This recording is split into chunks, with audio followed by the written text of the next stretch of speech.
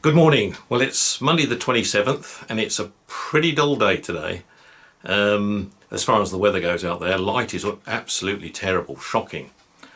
Some bright news in as much as we've got Boris Johnson back in number 10 and he's already sort of done a bit of a talk to the nation in terms of hanging in there and making sure, we don't get frustrated and start going out and getting into public gatherings and things like that, which is all good common sense.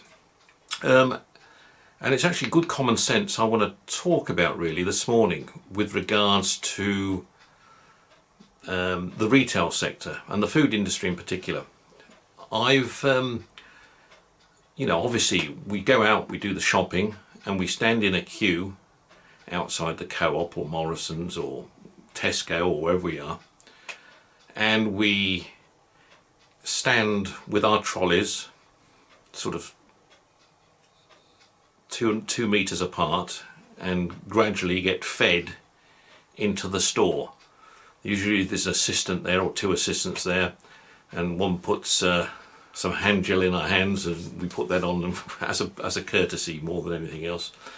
And that's how it works, which is all good. I mean, that's all fine. The social distancing recognition is very important. And then the store's also gone to the trouble of putting sort of lines down in most stores have anyway, sort of markings down on the floor so you can measure the 2 meter distances as you go up and down the aisles. Now I think there's more to be done there inside the store, because what I find inside supermarkets, and it's predominantly the supermarkets because they're the ones that tend to be the busiest, you get the most traffic going through them. They need to work more on their schematics. Oh, that's a word I haven't used for a long time. Now, basically, they need to plan, they need to diagram customer flow inside the store, because that's where the trouble starts, that's where the problems start, that's where contact or in contact with infection can happen. You're in an enclosed space, you're trying to keep to your 2 meter distances, but there are people coming in then to you at every angle into your space. Because a store tends to, once you get through the turnstile into the store, as it were, you can go in many directions. You can go, straight, you can go left, you can choose either aisles to go down, and you can meet each other coming up the other way, and so on.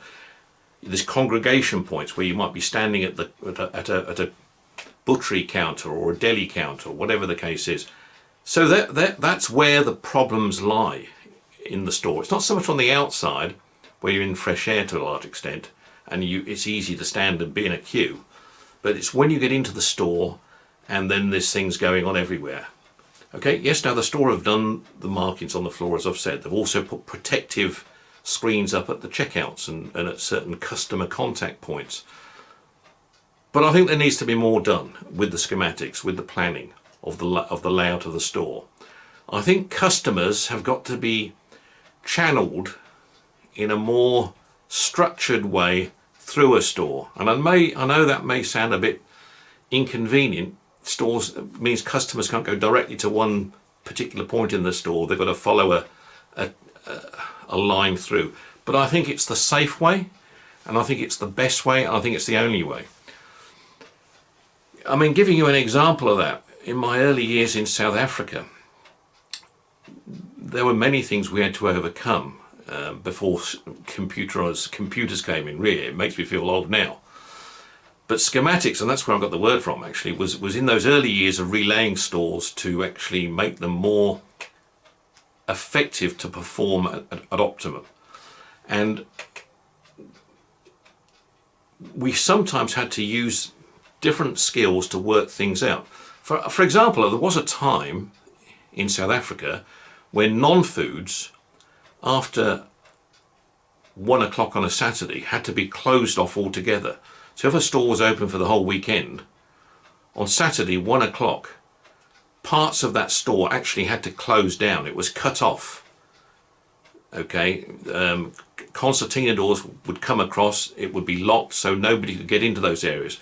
All odd foods, you know, even your pet food actually was included in this area, which always used to surprise me. And you could, so it was controlled. We had other mechanisms for controlling shrinkage, where we ensured customers would follow a certain direction, a certain flow through the store. And so they couldn't go in multiple directions. They could only go in one direction when they got into the store, to follow a path to do their shop and come out at the checkouts to leave the store. That's how it would work. Now I think that's what's got to be looked at carefully in store management, with the process of the layout of the store. I think if that's done properly, then customers will feel safer in going shopping, and store brands will also feel more comfortable in how they're managing the process. It doesn't just start and finish at the entrance of the store. There's a lot of work to do inside the store itself, inside the store in terms of that layout. The layout has got to change, guys. It has to change in terms of fixtures and fittings to guide customers through it, so they don't disperse into all kinds of areas. They've got to be fed through the process of the store, a bit like a maze. It is like that. And I mean, I don't have to draw diagrams, I'm sure you know exactly what I'm talking about. But that's how the process has got to work to make it a safe way of operating, as far as layout goes.